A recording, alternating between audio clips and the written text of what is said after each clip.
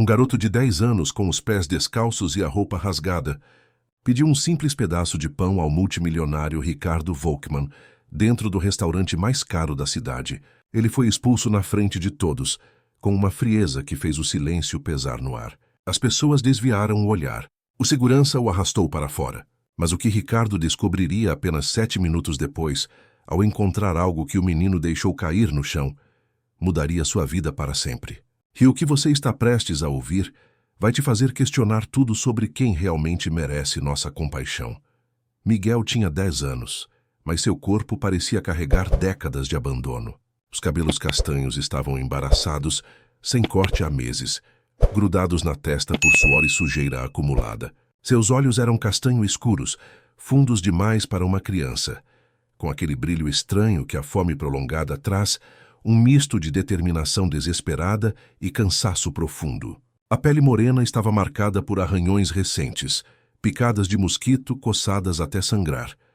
Manchas de sujeira que nenhuma água de torneira pública conseguia tirar completamente. Ele cheirava a suor velho, a roupa que nunca secava direito, a terra molhada das ruas onde dormia. Aquele cheiro que fazia as pessoas virarem o rosto instintivamente e acelerarem o passo. A camisa que vestia já foi branca há muito tempo, provavelmente quando a mãe ainda estava viva e saudável. Agora era um trapo acinzentado, rasgado na lateral direita expondo a costela saliente, com manchas permanentes de lama, óleo de motor e sangue seco de um corte antigo. A calça jeans estava curta demais, mostrando tornozelos finos cobertos de sujeira e feridas abertas. Os pés descalços tinham a sola grossa e rachada como couro velho, calos endurecidos pelo asfalto quente e concreto gelado, unhas sujas e quebradas. Cada passo que dava deixava marcas de poeira no chão limpo, como se seu corpo inteiro fosse feito de miséria visível que contaminava tudo ao redor. Miguel nasceu numa favela espremida entre o Morumbi e o Rio Pinheiros, filho único de Carmen dos Santos, uma mulher que trabalhou como faxineira a vida inteira até o corpo simplesmente desistir. Seu pai nunca existiu além de um nome que a mãe mencionava com amargura quando bebia cachaça barata nas noites de desespero. Carmen fazia 3 trabalhos diferentes para manter o barraco de madeira onde moravam. Acordava às 4 da manhã e voltava às 11 da noite com as mãos inchadas e as costas curvadas. Ela tinha um sorriso raro, mas devastadoramente doce quando olhava para o filho. Dizia que Miguel seria diferente, que estudaria, teria profissão, escaparia daquela vida de cachorro que ela vivia. Mas há 2 semanas, Carmen contraiu uma infecção respiratória grave que a deixou acamada, febril, cuspindo sangue em lenços velhos que escondia embaixo do colchão fino. Ela não podia ir ao hospital, porque não tinha documentos atualizados, não tinha dinheiro para remédios, não tinha plano de saúde, não tinha nada além do amor feroz pelo filho e uma tosse que arrancava pedaços de seus pulmões a cada espasmo. Miguel via a mãe definhar dia após dia, o corpo magro ficando ainda mais transparente, a pele amarelada, os olhos perdendo o brilho. Ela mal conseguia se levantar para ir ao banheiro, quanto mais trabalhar, quanto mais trazer comida para casa. Foi Miguel quem assumiu a responsabilidade impossível de alimentar os dois. Com 10 anos, saiu pelas ruas catando latinhas, pedindo moedas em semáforos, vasculhando lixeiras atrás de comida ainda comestível. Aprendeu rápido quais padarias jogavam pão velho fora, quais restaurantes deixavam restos nas lixeiras dos fundos, quais feiras tinham frutas caídas que ninguém queria. Comia devagar para enganar o estômago. Bebia muita água suja de torneira pública para sentir-se cheio. Ignorava as cãibras que vinham de madrugada quando o corpo implorava por nutrientes que não existiam. Seus lábios estavam permanentemente rachados. As gengivas sangravam quando mordia algo duro. A barriga estava inchada daquela forma estranha que desnutrição severa causa. Mas Miguel carregava uma promessa que fez a mãe numa noite em que ela quase morreu engasgada com o próprio sangue. Carmen segurou a mão do filho com força surpreendente para alguém tão fraca e sussurrou com a voz rouca: "Promete uma coisa, meu filho. Promete que você vai continuar sendo bom, que não vai roubar, não vai machucar ninguém, não vai perder sua humanidade só porque o mundo foi cruel com você. Promete que vai continuar sendo meu menino gentil, mesmo quando eu não estiver mais aqui. Miguel prometeu com lágrimas descendo pelo rosto sujo. E mesmo com a barriga vazia, mesmo com o frio cortando a pele, mesmo com a solidão esmagadora das ruas, ele mantinha essa promessa como se fosse a única coisa que o separava de virar bicho. Naquela sexta-feira, Miguel acordou tremendo embaixo de uma marquise na Avenida Faria Lima, o corpo dolorido de dormir em concreto duro. Não comia nada sólido há 2 dias inteiros, apenas 3 goles de água de uma torneira pública e meia bolacha quebrada que um senhor lhe deu com pena. Seu estômago havia parado de roncar. Agora era só uma dor constante, uma pressão no peito, uma fraqueza nas pernas que transformava cada passo numa escalada de montanha. A visão escurecia nas bordas quando se levantava rápido demais. O coração batia acelerado e fraco ao mesmo tempo, como um motor falhando. Seu corpo estava entrando em modo de desligamento, consumindo os próprios músculos para sobreviver mais um dia. Foi andando sem rumo pela região dos jardins que Miguel viu o Le Palais. A fachada de vidro espelhado brilhava sob o sol forte. A placa dourada na entrada prometia um mundo que ele nunca conheceria. Através da vitrine enorme, viu as mesas cobertas com toalhas brancas impecáveis, os arranjos de flores frescas, os clientes vestidos em roupas que provavelmente custavam mais que sua mãe ganhara em anos de trabalho. E viu as bandejas de comida, bifes grossos sangrando no prato, batatas douradas, legumes coloridos, cestas de pães crocantes. O cheiro escapava pela porta entreaberta, invadindo a calçada, torturando seus sentidos já amplificados pela fome extrema. Miguel ficou parado ali por longos minutos, apenas observando através do vidro como um cachorro abandonado, olhando uma vitrine de pet shop. Via as pessoas comendo devagar, conversando, rindo, desperdiçando comida em pratos enormes enquanto ele morria de fome a poucos metros de distância. Algumas pessoas que passavam olhavam para ele com desprezo, outras com pena passageira, antes de seguirem suas vidas. A maioria simplesmente não o via, como se ele fosse invisível, apenas mais um problema social que a cidade preferia fingir que não existia. Miguel era um fantasma vivo, ocupando espaço mas não merecendo reconhecimento. Existindo mas não importando, ele respirou fundo, sentindo o ar quente entrar nos pulmões doloridos. Lembrou da promessa à mãe. Lembrou que ainda era humano, que ainda merecia dignidade, que pedir não era crime, que talvez, apenas talvez, existisse bondade naquele mundo de vidro e mármore. Suas pernas tremiam quando empurrou a porta pesada do restaurante. O contraste foi brutal e imediato. O calor sufocante da rua deu lugar ao frio artificial do ar-condicionado que congelou o suor em sua pele. O barulho do trânsito foi substituído pelo murmúrio elegante de conversas baixas e música clássica. O cheiro glorioso de comida de verdade o envolveu como abraço cruel, prometendo tudo, mas não garantindo nada. Seus pés descalços fizeram som abafado no carpete vermelho da entrada, deixando marcas de sujeira no tecido impecável. Todas as cabeças se viraram. Conversas morreram no meio de frases. Talheres pararam congelados no ar. O silêncio se espalhou como mancha de óleo, pesado e incômodo. Miguel sentiu o peso de 50 olhares sobre seu corpo pequeno e sujo, consciente de que não pertencia ali, consciente de que estava violando um espaço sagrado dos ricos. O maître, um homem magro de bigode fino, arregalou os olhos em choque e deu um passo à frente para barrar sua entrada. Mas Miguel foi mais rápido, movido pelo desespero que dá forças impossíveis. Ele viu um homem sentado sozinho numa mesa de canto, cortando um bife grosso que sangrava no prato. O homem era imponente mesmo sentado, cabelos grisalhos perfeitamente penteados, terno cinza escuro que gritava dinheiro, relógio de ouro brilhando no pulso grosso. Tinha uma expressão dura, maxilar cerrado, olhos azul gelo que não demonstravam emoção alguma. Miguel caminhou direto até ele. Cada passo uma decisão consciente de manter a promessa, de não roubar, de pedir com dignidade. Parou a 1 metro da mesa, a cabeça baixa não por submissão, mas por exaustão, as mãos tremendo contra o corpo magro. Abriu a boca e as palavras saíram roucas, baixas, carregadas de vulnerabilidade nua. Moço, por favor, o senhor poderia me dar um pedaço? Só um pedaço de pão. Eu prometi para minha mãe que ia trazer comida. Ela está doente e não comeu nada hoje. Por favor.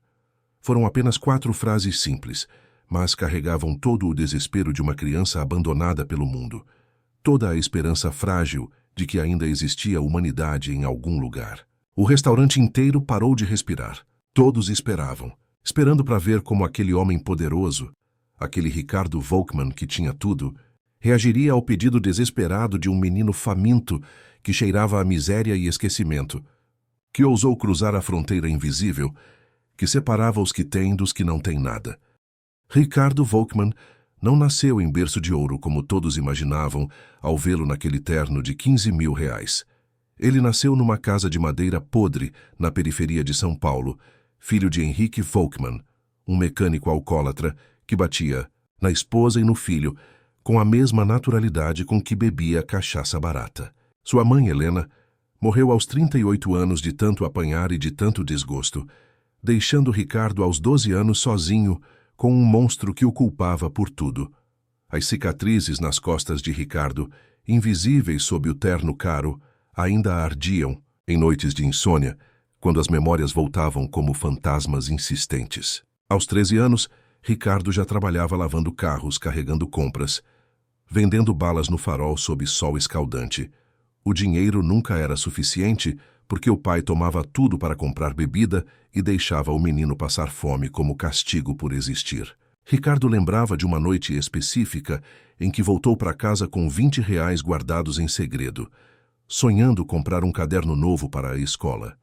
O pai encontrou o dinheiro, espancou-o até desmaiar, deixando 3 costelas rachadas, e usou cada centavo para beber até cair no meio da sala.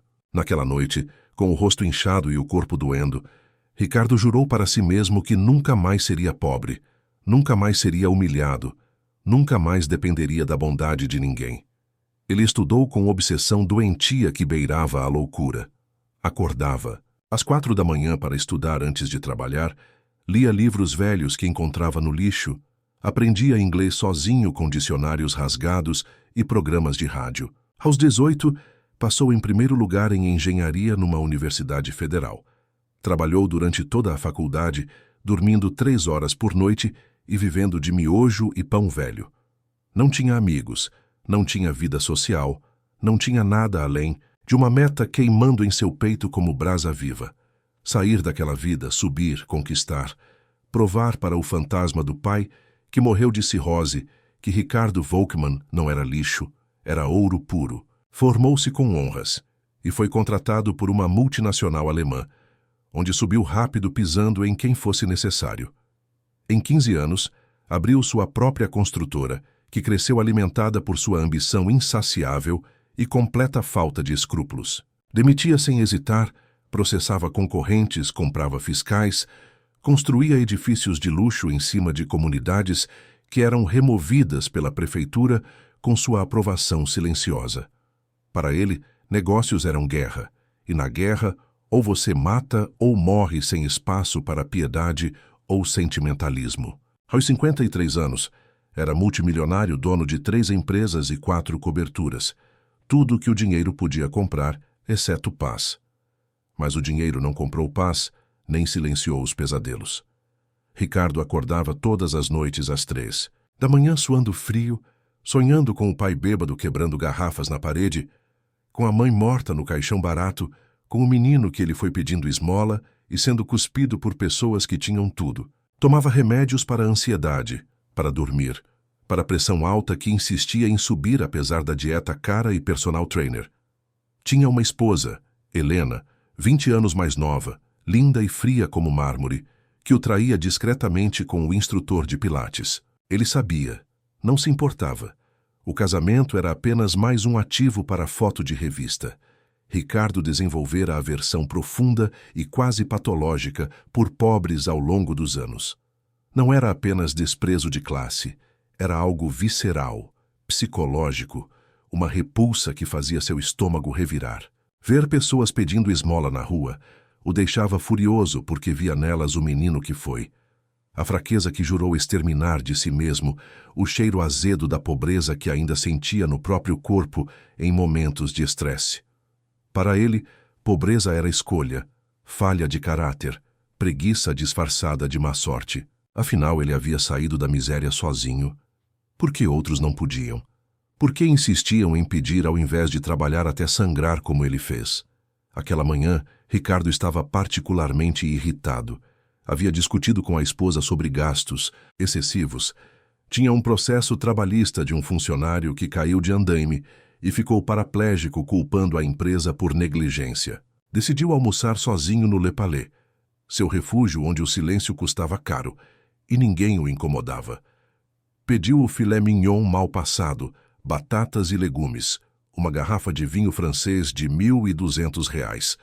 Cortava a carne com movimentos precisos e mecânicos, pensando na reunião da tarde com investidores japoneses, calculando lucros e margens. Sua mente era planilha ambulante, números e estratégias sem espaço para emoções ou fraquezas. Foi quando sentiu o cheiro antes mesmo de ver o menino. Aquele cheiro inconfundível de pobreza, suor velho, roupa suja, desespero. Seu corpo inteiro se enrijeceu, a mandíbula travou. Os músculos dos ombros contraíram como preparando para ataque.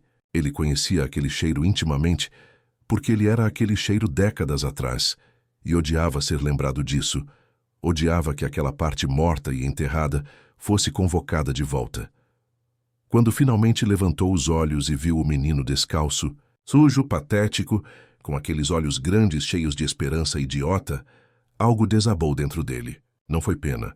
Foi ódio puro e irracional direcionado não ao menino, mas ao que ele representava.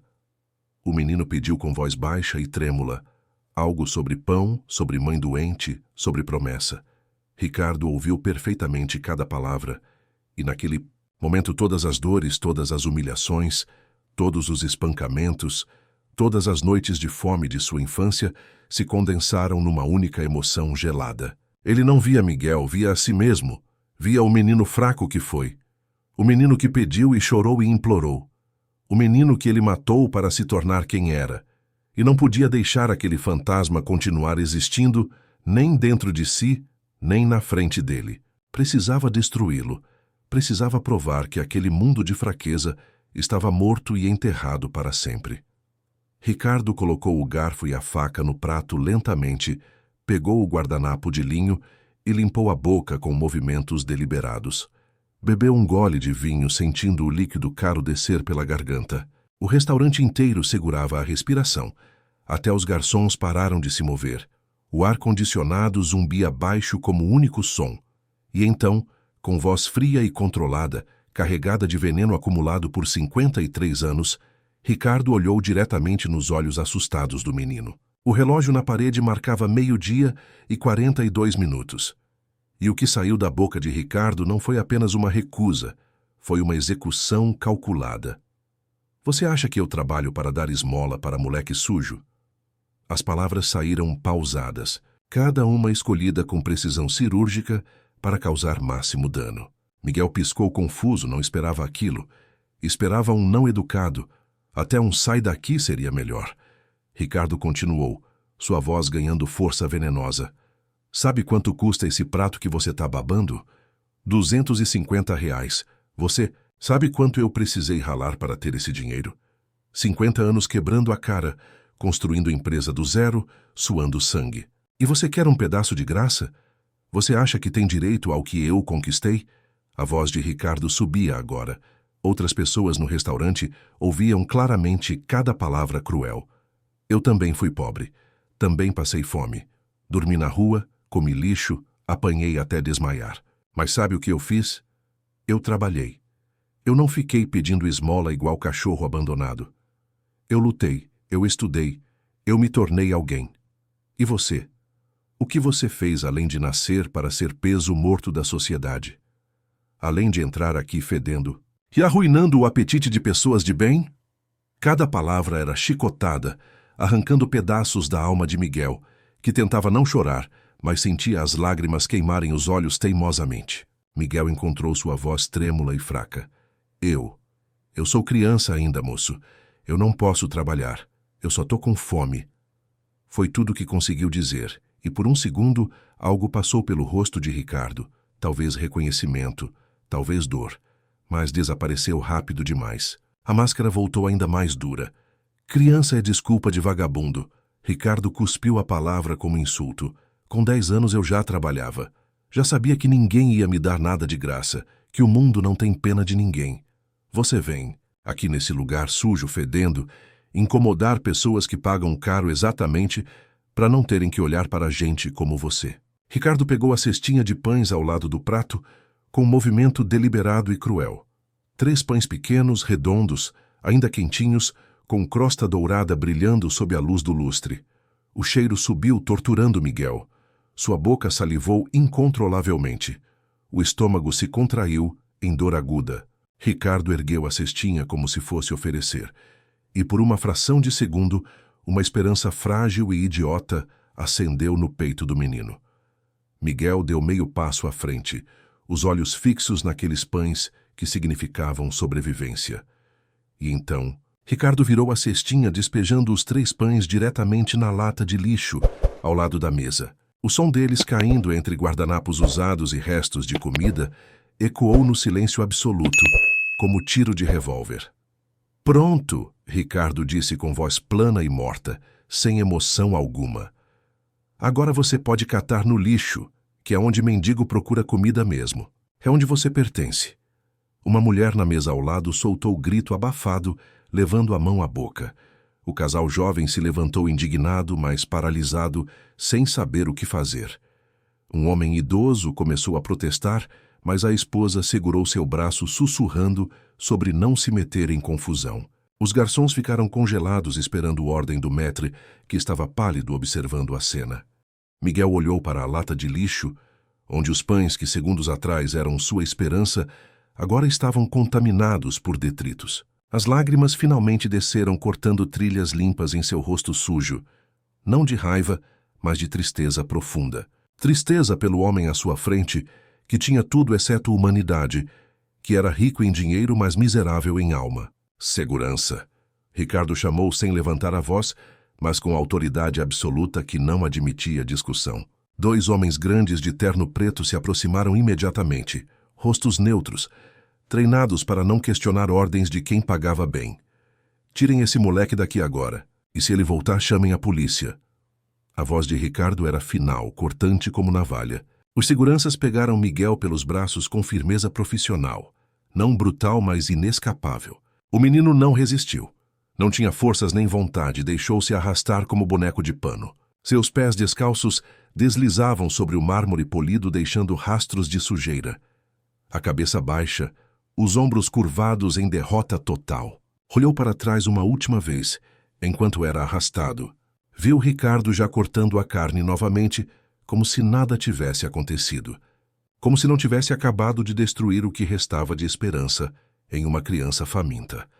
Os seguranças o empurraram para fora da porta de vidro. O calor sufocante da rua o atingiu como muralha de fogo. O sol do meio-dia queimava sem misericórdia. As pessoas passavam apressadas nas calçadas, cada uma em seu mundo particular de problemas e urgências. Ninguém olhava para o menino jogado ali. Ninguém via, ninguém se importava. Miguel era invisível. Mais um menino de rua em uma cidade que tinha milhares deles. Mais um problema social que as pessoas preferiam fingir que não existia. Ele ficou ali sentado na sarjeta, ao lado de uma lixeira transbordando, as lágrimas secando no rosto, o estômago doendo, a promessa à mãe quebrada em 1000 pedaços. Dentro do Le Palais, as conversas recomeçaram gradualmente, baixas no início, testando se era permitido voltar à normalidade, depois ganhando volume e confiança. Garfos e facas voltaram a dançar sobre pratos. Vinho voltou a ser servido em taças de cristal. Risadas ecoaram ainda que forçadas no começo. O maître Jean-Pierre circulava entre mesas verificando se tudo estava bem, oferecendo sobremesas, cortesia da casa para quem parecia mais afetado. A máquina de luxo continuava funcionando, engolindo o inconveniente, digerindo e expelindo como se nunca tivesse existido. Em 15 minutos seria apenas anedota para contar em jantares. Lembra daquele menino sujo no palais? E depois seria esquecido completamente. Ricardo terminou seu bife com eficiência mecânica, cada pedaço cortado com precisão, cada garfada mastigada lentamente, o vinho acompanhando perfeitamente a carne. Tudo estava perfeito, exatamente como deveria estar. Limpou o prato sem deixar nada. Desperdício era para pessoas descuidadas. Pediu a sobremesa, um petit gâteau com sorvete e calda de frutas vermelhas. Comeu devagar, sentindo o chocolate quente derreter na língua, contrastando com o sorvete gelado. Perfeito. Absolutamente perfeito. Chamou Jean-Pierre e pediu a conta. R$ 430. Passou o cartão Black sem olhar o valor. Deixou 50 de gorjeta. Generosos 10%. Levantou-se, ajustou o paletó, pegou o celular e carteira. Caminhou em direção à saída com passos firmes e confiantes, mas algo o fez parar por um segundo. Não um som, não uma imagem, apenas um sentimento estranho e incômodo como pedra no sapato. Olhou para a mesa que acabara de deixar, viu o prato vazio, a taça com fundo de vinho e a lata de lixo ao lado. Os 3 pães ainda estavam visíveis no topo, intocados, apenas cercados por guardanapos amassados. Algo se mexeu dentro dele, algo pequeno mas persistente. Balançou a cabeça espantando a sensação. Continuou caminhando. Empurrou a porta de vidro saindo para o calor. Seu motorista Paulo estava esperando ao lado da Mercedes preta. Abriu a porta assim que viu Ricardo se aproximando. Boa tarde, Sr. Volkmann. Ricardo entrou sem responder. O ar-condicionado estava ligado, temperatura agradável de 17 graus, bancos de couro macios. Paulo fechou a porta, contornou o carro e entrou no banco do motorista. Para o escritório, senhor. Ricardo olhou pela janela fumê vendo a calçada movimentada. Executivos com pastas, secretárias de salto alto, entregadores de bicicleta. A vida seguindo seu ritmo frenético e indiferente. Para o escritório, confirmou com voz distante. O carro começou a se mover deslizando suavemente pelo asfalto. Ricardo pegou o celular. 17 e-mails não lidos, 5 mensagens de WhatsApp, 3 ligações perdidas. Começou a responder mecanicamente. Discussão sobre projeto em Alphaville. Problema com fornecedor de cimento. Advogado precisando de assinatura. A vida continuava. Os negócios continuavam, tudo continuava como sempre. O menino no restaurante já era memória distante sem importância, destinada a ser apagada pelos milhares de outros pensamentos que ocupavam sua mente diariamente. Mas então Paulo reduziu velocidade. Semáforo vermelho, o carro parou. E Ricardo ouviu algo. Um som baixo vindo da calçada ao lado do carro. Olhou pela janela e congelou. Miguel estava ali, sentado na sarjeta a poucos metros, não pedindo esmola, não se movendo. Apenas sentado com a cabeça baixa e os ombros curvados em derrota absoluta. Como se tivesse desistido. Como se não tivesse mais forças para continuar. Uma pomba bicava restos de comida no chão ao lado dele. Ricardo sentiu aquele incômodo voltar mais forte, como se alguém estivesse apertando seu peito por dentro. Desviou o olhar rapidamente, voltando para o celular. Mas as palavras na tela não faziam sentido. As letras embaralhavam. O semáforo continuava vermelho, demorando uma eternidade. Olhou novamente. Miguel ainda estava lá, imóvel como estátua de sal. E algo dentro de Ricardo, algo que ele enterrara há décadas, algo que jurou estar morto, começou a se mover. Começou a rachar. Começou a doer. O semáforo abriu verde. Paulo acelerou suavemente. O carro deslizou para a frente. O menino ficou para trás, ficando menor, mais distante. Ricardo virou a cabeça olhando pelo vidro traseiro. Miguel estava desaparecendo, engolido pela multidão, pela cidade, pelo esquecimento. O carro virou a esquina e ele sumiu completamente da vista. Ricardo respirou fundo tentando voltar ao e-mail, mas suas mãos estavam tremendo levemente e ele não conseguia parar de pensar naqueles olhos tristes e naquela frase que o menino dissera. Minha mãe me ensinou a não roubar, a pedir quando precisar, a ser gente. Ser gente. Que conceito estranho e distante. Ricardo não pensava nesses termos há tanto tempo que as palavras soavam estrangeiras. Ele pensava em lucro e perda, ativo e passivo, forte e fraco, vencedor e perdedor. Mas ser gente? O que isso significava? Olhou para as próprias mãos, mãos grandes e bem cuidadas, que assinavam contratos de milhões, mas que nunca deram um pão para uma criança faminta. Olhou para o relógio de ouro no pulso, marcando 12h57. Apenas 15 minutos desde que Miguel entrara no restaurante. Menos de 20 minutos. E parecia que algo fundamental havia mudado. Embora Ricardo não conseguisse identificar exatamente o que, apenas sabia que algo estava errado. Muito errado. E cada metro que o carro avançava não o levava para longe do problema, mas para mais perto de algo que ele não podia nomear. mas que doía como ferida antiga, reabrindo. Bloco 4. Reviravolta. Cliffhanger 2. O carro seguia pelo trânsito pesado da Faria Lima, enquanto Ricardo tentava se concentrar nos e-mails, mas as palavras continuavam embaralhadas na tela. Seus dedos hesitavam sobre o teclado. Algo completamente incomum para um homem que tomava decisões de milhões em segundos sem pestanejar. A imagem daquele menino sentado na sarjeta, completamente derrotado, grudava em sua mente como chiclete no sapato. Ele balançou a cabeça com força, tentando expulsar o pensamento incômodo, mas a sensação de aperto no peito só piorava. Paulo dirigia em silêncio respeitoso, mas ocasionalmente olhava pelo retrovisor, percebendo a tensão incomum nos ombros do patrão. Paulo, Ricardo disse de repente, a voz saindo estranha, quase estrangulada. Sim, senhor.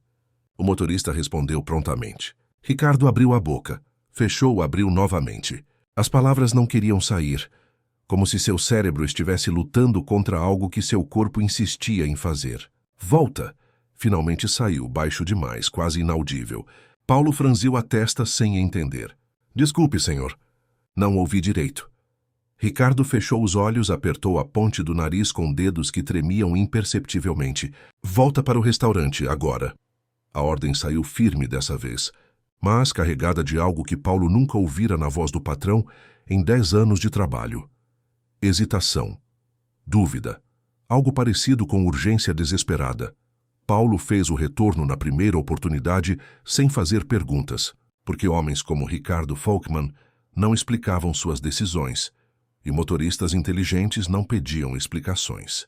O carro acelerou de volta pelo caminho que tinham vindo, cortando o trânsito com habilidade. Ricardo estava inclinado para a frente no banco, as mãos fechadas em punhos sobre as coxas, a mandíbula travada. Seu coração batia acelerado de uma forma que não acontecia há anos, desde a primeira apresentação importante para investidores alemães décadas atrás. Mas isso era diferente, não era nervosismo profissional, era algo mais profundo e assustador. Era como se algo dentro dele estivesse rachando. Uma represa que ele construíra por 50 anos, começando a ceder sob pressão insuportável. Mais rápido! Ricardo rosnou quando o carro parou em outro semáforo. Paulo pisou no acelerador assim que abriu, o motor da Mercedes rugindo. 3 minutos depois estavam de volta na frente do Le Palais. Ricardo abriu a porta antes mesmo do carro parar completamente, saindo com pressa, que contrastava violentamente com sua elegância habitual. Seus olhos varreram a calçada procurando. A sarjeta onde vira o menino estava vazia. Nada além de lixo e uma pomba bicando o chão. Miguel havia sumido. O aperto no peito de Ricardo se transformou em algo próximo de pânico. Uma sensação que ele não experimentava desde criança. Desde as noites em que o pai chegava bêbado e ele se escondia embaixo da cama, rezando para não ser encontrado. Ele começou a andar pela calçada, os olhos procurando freneticamente entre a multidão de pessoas que passavam. Executivos de terno olhavam com estranheza para aquele homem elegante, andando apressado com expressão desesperada no rosto. Ricardo não se importava. Continuou andando, virando a esquina, depois outra. E então viu. A uns 50 metros, numa entrada de beco estreito entre 2 prédios, estava Miguel. O menino estava de joelhos no chão, as mãos mergulhadas dentro de um saco de lixo rasgado, procurando algo, qualquer coisa comestível. Seus movimentos eram lentos, mecânicos, de quem já não tem forças, mas continua por puro instinto de sobrevivência. Ricardo parou como se tivesse levado um soco no estômago. Ficou ali parado a 20 metros de distância, observando. Miguel puxou algo do lixo, um pedaço de pão velho coberto de mofo, e depois de examinar por um segundo levou à boca. Começou a mastigar devagar, fazendo caretas pela textura ruim e gosto podre, mas engolindo mesmo assim porque fome não tem luxo de escolher. E foi naquele momento, vendo aquela criança de 10 anos comendo lixo, porque ele, Ricardo Volkmann, havia jogado comida boa no lixo na frente dela por pura crueldade, que algo dentro de Ricardo não apenas rachou, mas explodiu completamente em 1000 pedaços. Ele cambaleou para trás, apoiando-se na parede de um prédio, a mão no peito, como se pudesse segurar o coração que ameaçava saltar pela boca. Lágrimas arderam em seus olhos pela primeira vez em 40 anos, desde o dia que enterrou a mãe, e jurou nunca mais chorar. Mas agora elas vinham incontroláveis, quentes, queimando as faces como ácido. Ele via não apenas Miguel naquele beco. Via a si mesmo aos 10 anos. Viu o menino que ele foi fazendo exatamente aquilo, vasculhando lixo atrás de comida, comendo coisas podres porque não havia alternativa. Viu todas as vezes que pediu ajuda e foi chutado, cuspido, humilhado. E pela primeira vez em décadas, permitiu-se sentir a dor daquelas memórias que enterrara tão fundo. Mas havia algo mais naquela visão que o destruía de dentro para fora. Miguel, mesmo faminto, mesmo comendo lixo, não estava roubando. Havia uma padaria do outro lado da rua com caixas de pão na entrada, desprotegidas, fáceis de pegar e correr. Mas o menino não fazia isso. Preferia comer lixo a quebrar a promessa que fizera à mãe. Preferia manter sua humanidade, sua dignidade, mesmo quando o mundo havia deixado claro que ele não merecia nenhuma das duas. E Ricardo, que tinha tudo, que nunca mais passaria fome, que nunca mais seria vulnerável, havia perdido exatamente aquilo que aquele menino miserável ainda possuía. Havia perdido sua alma no processo de salvar seu corpo. Ricardo limpou as lágrimas com as costas da mão, a respiração saindo em soluços curtos que ele tentava controlar sem sucesso. Seus joelhos tremiam, ameaçando ceder. Ele se forçou a dar um passo em direção ao beco, depois outro. Cada movimento custando um esforço monumental, como se estivesse andando contra vento de furacão. Chegou à entrada do beco. A sombra projetada pelos prédios altos criando uma penumbra mesmo sob sol forte do meio-dia. Miguel ainda estava de joelhos no lixo, agora procurando mais alguma coisa, completamente alheio à presença de alguém atrás dele. Ricardo abriu a boca, mas nenhum som saiu, a garganta completamente fechada. Finalmente, com voz que saiu rouca e quebrada, irreconhecível até para si mesmo, Ricardo sussurrou: "Garoto." Miguel congelou as mãos ainda dentro do saco de lixo, virou a cabeça lentamente, viu quem estava ali, e seu rosto empalideceu de medo imediato. Ele se levantou cambaleante, deu 2 passos para trás encostando na parede do beco, os olhos arregalados, o corpo tenso pronto para correr se necessário. Pensou que o homem voltara para machucá-lo, para chamar a polícia, para terminar a humilhação. Suas mãos pequenas se fecharam em punhos fracos, a única defesa patética que podia oferecer. Ricardo deu um passo em direção ao menino e Miguel encolheu-se contra a parede. "Por favor, não me bate, moço." A voz saiu fininha, aterrorizada. "Eu já vou embora, eu juro, só deixa eu ir." As palavras saíram atropeladas, desesperadas. E aquele medo puro nos olhos de uma criança que ele colocara ali, aquela súplica para não apanhar, foi a machadada final no que restava da armadura de Ricardo. Ele caiu de joelhos ali mesmo no chão sujo do beco, a calça do terno de 15 mil reais afundando em poça de água suja e lixo. As lágrimas voltaram mais fortes, incontroláveis, acompanhadas de soluços que sacudiam todo o seu corpo. Miguel olhou confuso e assustado para aquele homem rico e poderoso de joelhos no chão chorando como criança. Não entendia o que estava acontecendo, se era truque, se deveria correr. Ricardo levantou a cabeça. Seus olhos vermelhos e inchados encontraram os olhos assustados do menino. E quando falou, a voz saiu quebrada, carregada de uma dor tão profunda que parecia vir de um poço sem fundo dentro dele. "Me perdoa." Ricardo sussurrou, mal conseguindo formar as palavras. "Por favor, me perdoa pelo que eu fiz. Eu fui você. Eu fui exatamente você. E esqueci. Esqueci quem eu era, de onde vim, o que é ter fome e ser tratado como lixo. Me perdoa." As palavras saíam entrecortadas por soluços, décadas de dor e raiva e vergonha enterradas jorrando para fora, como pus de ferida infectada finalmente aberta. Miguel continuava imóvel contra a parede, processando, tentando entender. Ricardo estendeu a mão tremendo, não para pegar o menino, mas oferecendo algo, sua carteira. Ele a abriu com dedos trêmulos, tirou todo o dinheiro que tinha ali, quase 3 mil reais em notas de 100. Estendeu para Miguel. "Por favor, pega. Compra comida para você, para sua mãe. Compra remédio. Compra o que precisar. E me perdoa. Me perdoa por ter jogado aquela comida fora. Me perdoa por ter sido o monstro que eu sempre odiei." Miguel olhou para o dinheiro, depois para o homem, depois para o dinheiro novamente. Sua mão se moveu devagar, hesitante, ainda esperando o truque, o momento em que o homem puxaria de volta e riria da cara dele. Mas Ricardo continuou com a mão estendida, esperando, implorando silenciosamente. Miguel pegou o dinheiro com dedos trêmulos, o papel novo e limpo, contrastando obscenamente com suas mãos sujas de lixo. Era mais dinheiro do que ele vira na vida inteira, mais do que sua mãe ganhara em anos de trabalho. Ele olhou para Ricardo, viu as lágrimas, viu a dor genuína naquele rosto, e algo nele, aquela bondade teimosa, que o mundo não conseguira matar. Se mexeu.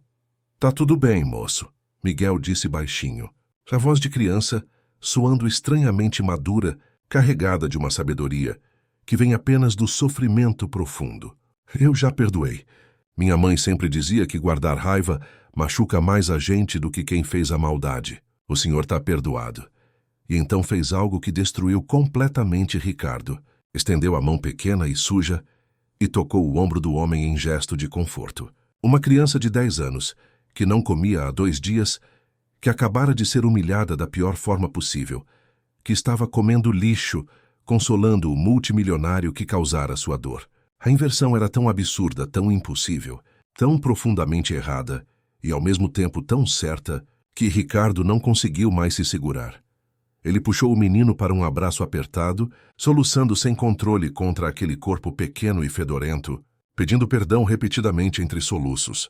Miguel ficou rígido no começo, confuso, mas depois seus braços magros envolveram o homem de volta, e ele também começou a chorar, liberando dias de dor e medo e fome acumulados. Ali, naquele beco sujo entre 2 prédios de luxo no coração dos jardins, 2 mundos colidiram de verdade. A riqueza e a pobreza, o passado e o presente, o que Ricardo foi e o que se tornou. E no meio daquele abraço improvável, algo começou a se curar em ambos. Uma ferida antiga começando finalmente a fechar.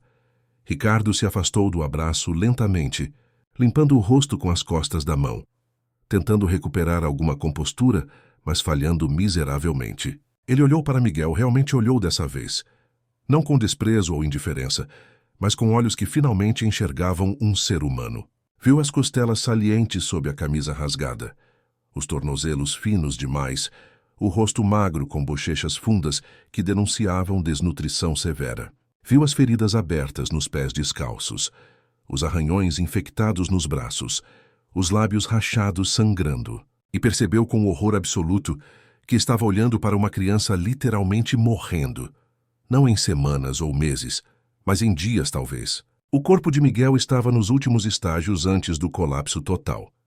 "Quando foi a última vez que você comeu algo de verdade?" Ricardo perguntou, a voz ainda rouca, mas tentando se firmar. Miguel pensou por um segundo, os olhos distantes calculando. "Acho que terça-feira. Uma senhora da igreja deu sopa e pão, mas era só um pouco. Hoje era sexta. 4 dias. 4 dias para uma criança em fase de crescimento."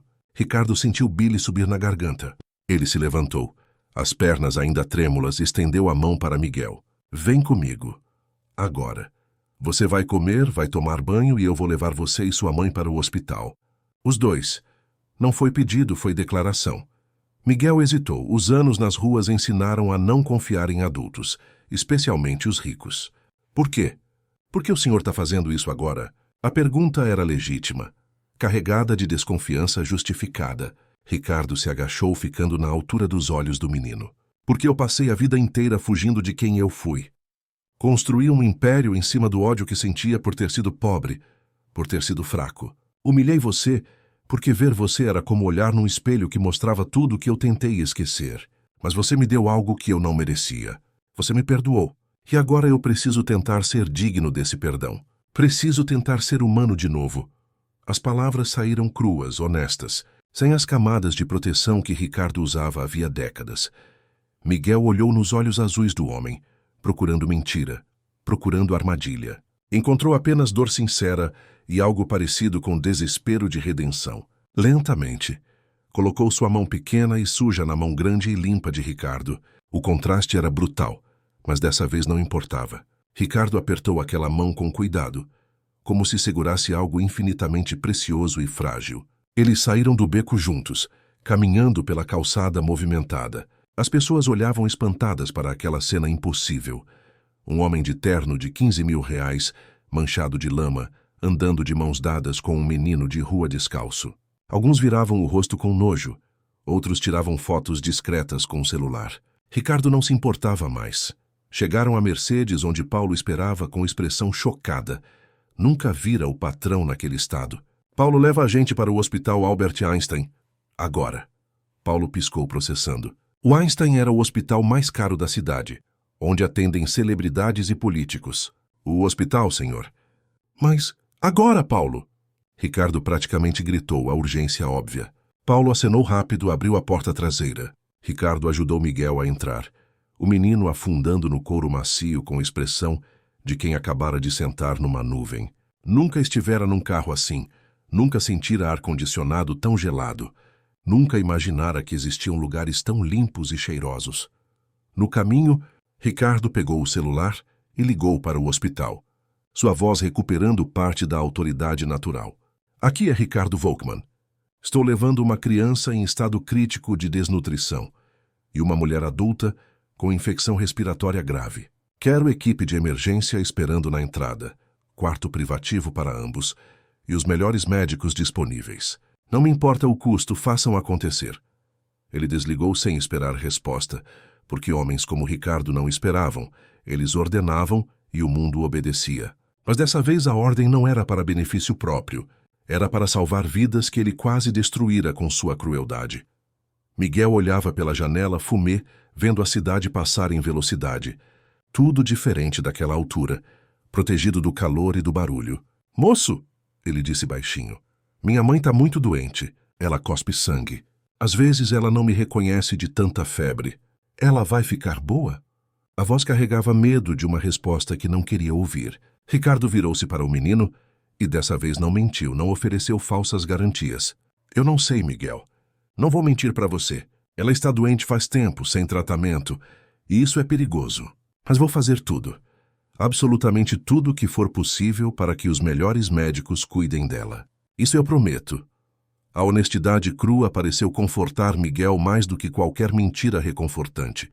Ele acenou, processando. Tá bom, é mais do que alguém já fez pela gente. A simplicidade daquela aceitação, a gratidão por algo que deveria ser direito básico, mas era tratado como favor imensurável, apertou o coração de Ricardo novamente. Eles chegaram à favela onde Miguel morava, o carro parando na entrada porque as vielas eram estreitas demais. Paulo ficou visivelmente desconfortável, olhando ao redor nervoso. Ricardo saiu do carro. Seguiu Miguel pelas vielas estreitas de terra batida, entre barracos de madeira e lona, esgotos abertos, lixo acumulado. O cheiro era sufocante, mistura de dejetos, comida podre e mofo. Pessoas paravam para observar aquele homem de terno caro caminhando pela favela. Algumas com curiosidade, outras com desconfiança.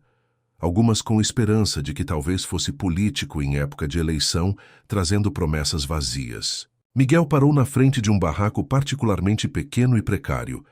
Madeiras podres, mantidas juntas por pregos enferrujados e força de vontade. É aqui, ele disse baixinho, quase com vergonha. Ricardo olhou para aquela estrutura que mal merecia ser chamada de casa, onde paredes tinham buracos, teto tinha goteiras, chão era terra batida. E pensou na sua cobertura de 400 metros quadrados com vista panorâmica. A injustiça do mundo nunca fora tão clara e brutal. Miguel entrou primeiro. Ricardo teve que se curvar para passar pela porta baixa. Dentro era ainda pior. Um cômodo único com um colchão fino no chão, uma caixa de papelão servindo de mesa, 2 panelas velhas num canto. E no colchão, uma mulher que parecia ter 60 anos, mas provavelmente tinha 30 e poucos. Carmen dos Santos estava deitada de lado, tremendo sob um cobertor fino cheio de buracos, o rosto coberto de suor, os lábios roxos, a respiração saindo em chiados assustadores. Ela abriu os olhos quando ouviu barulho. Viu o filho. Tentou sorrir, mas começou a tossir. Uma tosse profunda e molhada que sacudiu todo o seu corpo e deixou sangue nos lábios. Filho, ela sussurrou com voz fraca. Você conseguiu comida? Nem percebeu Ricardo ali no canto. Seus olhos turvos pela febre só viam Miguel. O menino se ajoelhou ao lado dela.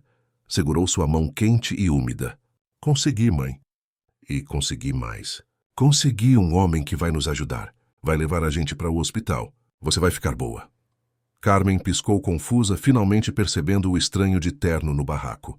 Hospital? Ela repetiu como se fosse palavra em língua estrangeira. Filho, hospital é caro. A gente não tem...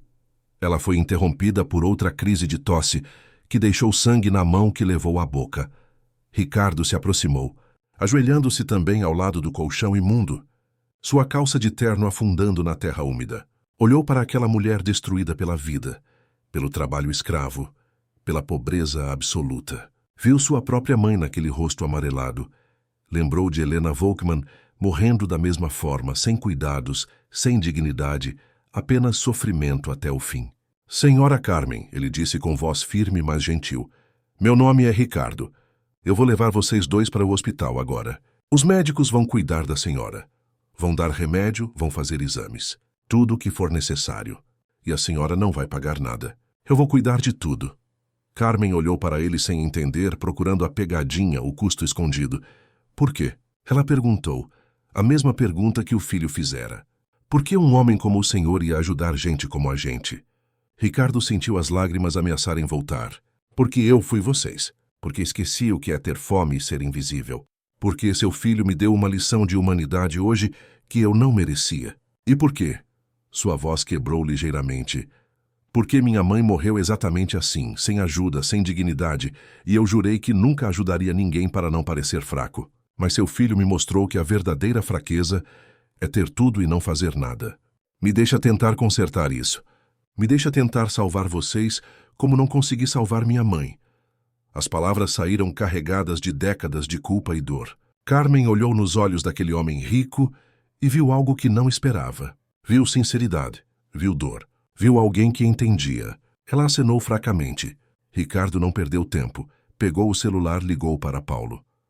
Sobe até aqui e traz uma maca ou cobertor limpo, o que tiver no carro. Vamos carregar uma paciente. Desligou. Olhou ao redor do barraco procurando algo para levar. Viu a mochila velha de Miguel com a foto da mãe sorrindo, o caderno escolar, a pulseira de linha colorida. Pega suas coisas, Miguel. Tudo que é importante. Vocês não vão voltar para cá. Não foi sugestão, foi promessa. Paulo chegou com um cobertor limpo do porta-malas. E juntos Ricardo e o motorista envolveram Carmen com cuidado, levantando-a do colchão imundo. Ela pesava quase nada, um corpo consumido pela doença e pelo trabalho escravo disfarçado de emprego honesto. Miguel segurava a mochila velha contra o peito, seus olhos fixos na mãe, medo e esperança lutando em seu rosto magro. Desceram pelas vielas estreitas da favela, pessoas saindo de seus barracos para ver a cena impossível. Um homem rico carregando uma moradora como se fosse cristal precioso. Algumas mulheres mais velhas fizeram sinal da cruz, sussurrando orações. Crianças corriam ao lado curiosas. Nunca tinham visto carro tão bonito na entrada da comunidade. Colocaram Carmen com cuidado no banco traseiro. Miguel entrou ao lado segurando a mão da mãe. Ricardo entrou na frente dessa vez, virando-se constantemente para verificar se ela ainda respirava. Paulo dirigia rápido, mas com cuidado, cortando o trânsito com habilidade, usando a buzina sem parar. O hospital ficava a 20 minutos dali, mas pareciam horas. Carmen entrava e saía da consciência, murmurando coisas sem sentido, às vezes chamando pelo filho, outras vezes falando com pessoas que não estavam ali. Miguel segurava sua mão apertado, lágrimas silenciosas descendo pelo rosto, rezando baixinho orações que a mãe lhe ensinara quando ainda era pequeno demais para entender o que significavam. Chegaram ao Einstein com pneus cantando na entrada de emergência. A equipe já estava esperando como Ricardo ordenara. Maca, médicos, enfermeiras, tudo pronto. Retiraram Carmen do carro com eficiência profissional. Colocaram-na na maca, conectaram oxigênio, verificaram sinais vitais enquanto corriam para dentro. Miguel tentou seguir, mas uma enfermeira o segurou gentilmente. Filho, você não pode entrar agora. Os médicos precisam trabalhar. O menino começou a entrar em pânico, tentando se soltar. Mas ela é minha mãe. Ela precisa de mim. Ela vai ficar com medo sozinha. A voz saía aguda, desesperada, quebrando no final. Ricardo se ajoelhou na frente de Miguel. Segurou seus ombros magros com firmeza, mas gentileza. Miguel, olha para mim, olha. O menino parou de lutar, os olhos castanho escuros nadando em lágrimas encontraram os olhos azuis do homem.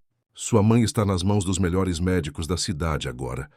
Eles vão fazer tudo, absolutamente tudo para salvá-la.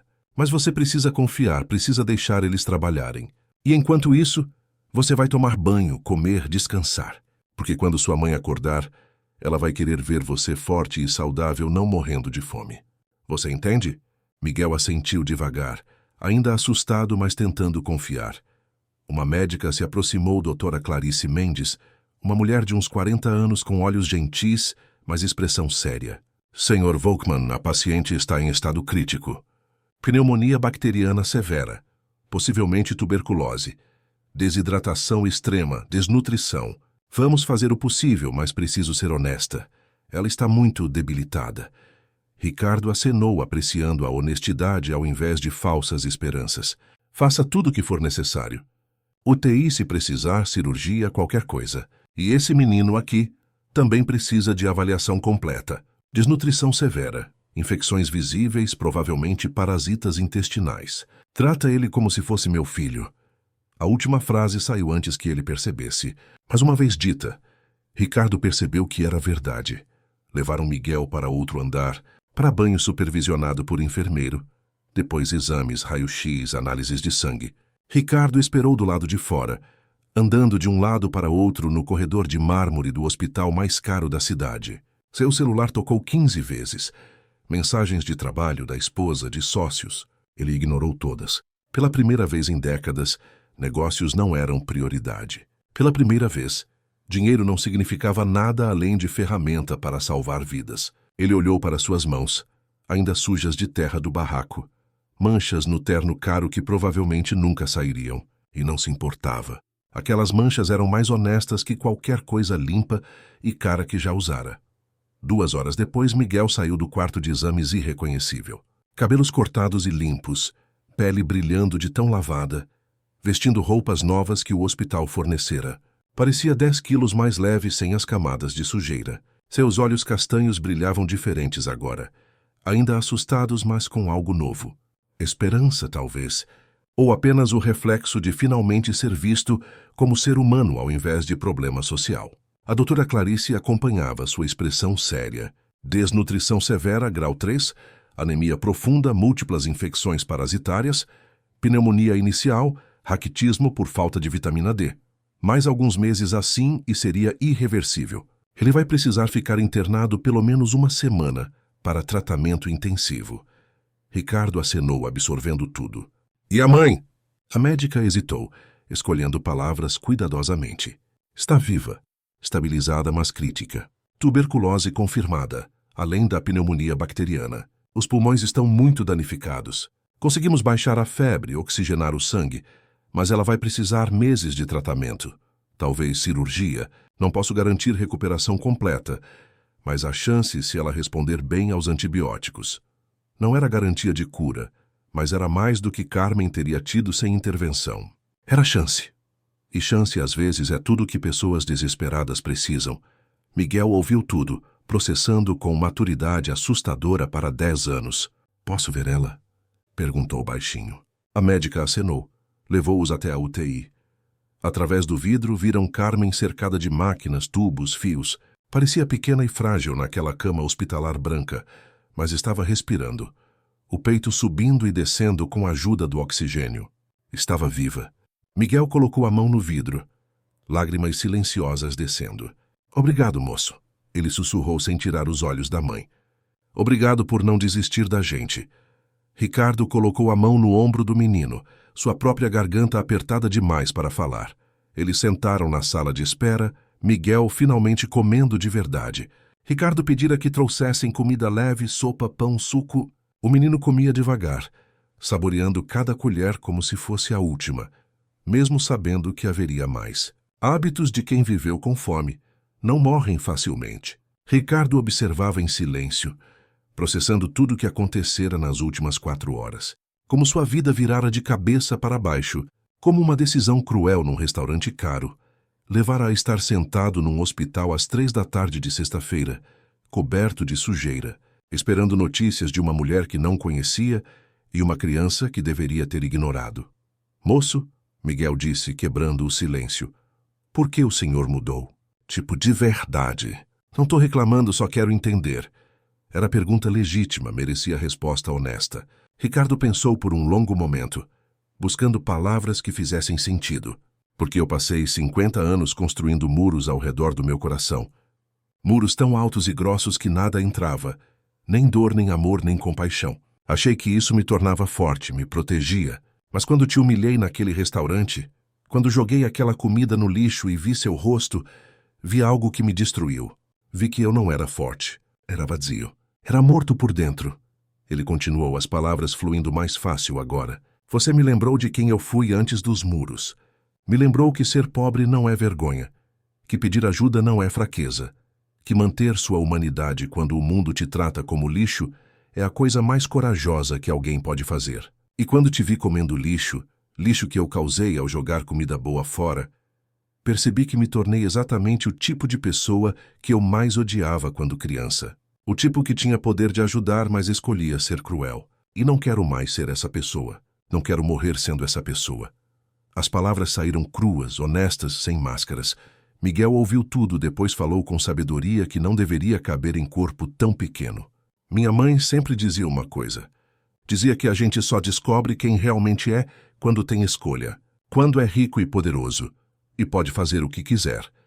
É aí que mostra se é gente boa ou gente ruim. Pobre não tem escolha, faz o que precisa para sobreviver, mas rico tem escolha todo dia, e hoje o Senhor escolheu ser gente boa. Isso vale mais que tudo. A simplicidade profunda daquela observação atingiu Ricardo como soco no estômago. Escolha. Tudo se resumia à escolha. E ele escolhera errado por décadas até hoje. A noite caiu sobre São Paulo, as luzes da cidade acendendo uma a uma, criando constelação artificial. Ricardo e Miguel permaneceram no hospital, esperando atualizações sobre Carmen. Por volta das 8 da noite, a doutora Clarice voltou com notícias. Ela acordou. Está confusa, fraca, mas consciente. Perguntou pelo filho. Miguel saltou da cadeira. Levaram-no até o quarto onde Carmen estava, ainda cercada de equipamentos, mas com os olhos abertos. Quando viu o filho limpo, alimentado, saudável, ela começou a chorar. Miguel correu para o lado da cama, segurou sua mão. Tô aqui, mãe, tô bem. A gente tá seguro agora. Ricardo ficou na porta observando aquele momento. Mãe e filho reunidos, salvos por um triz. Pensou em todas as vezes que passou por pessoas nas ruas, em todos os pedintes que ignorou, em todas as oportunidades de fazer diferença que desperdiçou por orgulho e medo de parecer fraco. Pensou em quanto tempo perdeu, em quantas vidas poderia ter tocado. Mas também pensou que talvez não fosse tarde demais, que talvez esta fosse a chance de recomeçar, de usar sua riqueza e poder para algo além de acumular mais riqueza e poder. Talvez aquele menino faminto pedindo um pedaço de pão fosse o presente que ele não sabia que precisava. Carmen olhou para Ricardo na porta, fez sinal para que se aproximasse. Ele foi, parando ao lado da cama. Ela segurou sua mão com força surpreendente para alguém tão fraca. Obrigada, ela sussurrou a voz rouca, mas firme. Obrigada, ela sussurrou a voz rouca, mas firme. Obrigada por salvar meu filho. Por nos salvar. Ricardo balançou a cabeça, lágrimas ameaçando voltar. Não, obrigado a vocês. Vocês me salvaram primeiro. Salvaram-me de morrer rico, mas vazio. Salvaram-me de virar o monstro que jurei nunca ser. A dívida é minha. E naquele momento, naquele quarto de hospital, às 8h30 da noite de uma sexta-feira, 3 pessoas destruídas pela vida começaram a se reconstruir juntas. Porque no fim, não importa quanto dinheiro você tem, quantos prédios constrói, quantos zeros tem na conta bancária. O que importa é se você manteve sua humanidade, se ajudou quando podia, se escolheu bondade quando crueldade era mais fácil. O que importa é se quando um menino faminto pediu um pedaço de pão, você deu não apenas o pão, mas dignidade, respeito, chance de sobreviver. Porque às vezes quem menos tem é quem mais ensina sobre o que significa ser humano. E às vezes, um encontro de 15 minutos pode mudar 2 vidas para sempre, se você escolher deixar os muros caírem e sentir novamente. 3 meses se passaram desde aquele dia no Le Palais. 3 meses que mudaram tudo. Carmen recebera alta após 6 semanas de tratamento intensivo. Os pulmões ainda frágeis, mas funcionais. A tuberculose controlada com medicação que Ricardo garantiu que nunca faltaria. Ela não voltou para o barraco de madeira podre. Ricardo alugara um apartamento simples, mas digno para ela e Miguel. 2 quartos, banheiro com chuveiro quente, cozinha com fogão que funcionava. Nada luxuoso, mas um palácio comparado ao que tinham antes. Carmen conseguira emprego numa das empresas de Ricardo. Não por favor, mas porque finalmente teve chance de mostrar capacidade. Trabalho registrado com direitos e salário justo. Miguel voltará à escola. Dessa vez numa particular de qualidade média, que Ricardo pagava. O menino devorava livros com a mesma fome que antes devorava qualquer comida que encontrasse. Seus professores diziam que ele tinha inteligência brilhante, apenas nunca tivera chance de desenvolvê-la. Seus olhos castanho escuros não tinham mais aquele brilho estranho da fome crônica. Agora brilhavam com curiosidade saudável de criança, que pode finalmente ser criança. Ele engordara 8 quilos, crescera 3 centímetros, tinha roupas limpas e sapatos nos pés, mas ainda carregava a pulseira de linha colorida que a mãe fizera. Lembrete de onde veio e do que sobreviveram juntos. Ricardo mudara também, de formas que seus sócios e esposa não conseguiam compreender completamente. Ele continuava dirigindo suas empresas com competência, mas agora havia limites que se recusava a cruzar. Não construía mais em cima de comunidades removidas à força. Pagava salários justos mesmo quando podia pagar menos. Implementou segurança real nos canteiros de obra, não apenas o mínimo para passar em fiscalização. Seus lucros diminuíram 15% no primeiro trimestre. Ele não se importava. Pela primeira vez em décadas, conseguia dormir a noite inteira sem acordar suando aos 3 da manhã. As mãos não tremiam mais. A pressão arterial normalizara sem medicação. Helena, sua esposa, pedira divórcio após 2 meses. Ela não conseguia reconhecer o homem com quem casara. Esse novo Ricardo que doava dinheiro de verdade, que visitava hospitais públicos, que almoçava com um menino de 10 anos todo sábado, ao invés de estar em campo de golfe com políticos. O divórcio fora amigável, divisão de bens sem brigas. Ricardo descobriu que não sentia nada, nem alívio nem tristeza. Aquele casamento sempre fora transação comercial disfarçada de romance, e agora ambos estavam livres para encontrar algo real, se ainda fossem capazes. Ele suspeitava que Helena, sim, ela ainda era jovem. Quanto a ele, talvez fosse tarde demais para amor romântico, mas descobrira outro tipo de amor, o tipo que enche o vazio no peito. Todo sábado, religiosamente, Ricardo buscava Miguel no apartamento e iam almoçar juntos. Às vezes Carmen vinha, às vezes deixava os dois irem sozinhos, percebendo que uma conexão profunda se formara entre o homem e seu filho. Não era relação de pai e filho exatamente, era algo mais complexo. Era 2 sobreviventes da mesma guerra, separados por 4 décadas, mas unidos pela compreensão visceral do que significa ter fome, ser invisível, ser tratado como menos que humano. Miguel ensinava Ricardo a rir de novo, a ver beleza em coisas simples. Ricardo ensinava Miguel que é possível subir na vida sem perder a alma no processo. Numa tarde de sábado, 3 meses e 1 semana após o encontro, Ricardo levou Miguel de volta ao Le Palais. O menino hesitou na entrada, memórias do que acontecera ali ainda frescas e dolorosas. "Confia em mim", Ricardo disse segurando sua mão. Entraram juntos. Jean-Pierre Lemaitre empalideceu ao reconhecer ambos. Começou a dizer algo, mas Ricardo o interrompeu com gesto de mão. "Mesa para 2, por favor." "A de sempre." Sua voz não admitia discussão. Jean-Pierre os levou até a mesa 6, aquela de canto onde tudo começara. Os garçons observavam nervosos, outros clientes olhavam curiosos. Sentaram-se. Ricardo de um lado, Miguel do outro. O cardápio veio, encadernado em couro caro com caligrafia elegante. Miguel olhava tudo com olhos arregalados, ainda não completamente confortável naquele ambiente que o expulsara 3 meses atrás. "Pede o que quiser", Ricardo disse. "Qualquer coisa." Miguel escolheu um bife com batatas, simples, mas o que ele realmente queria. Ricardo pediu o mesmo.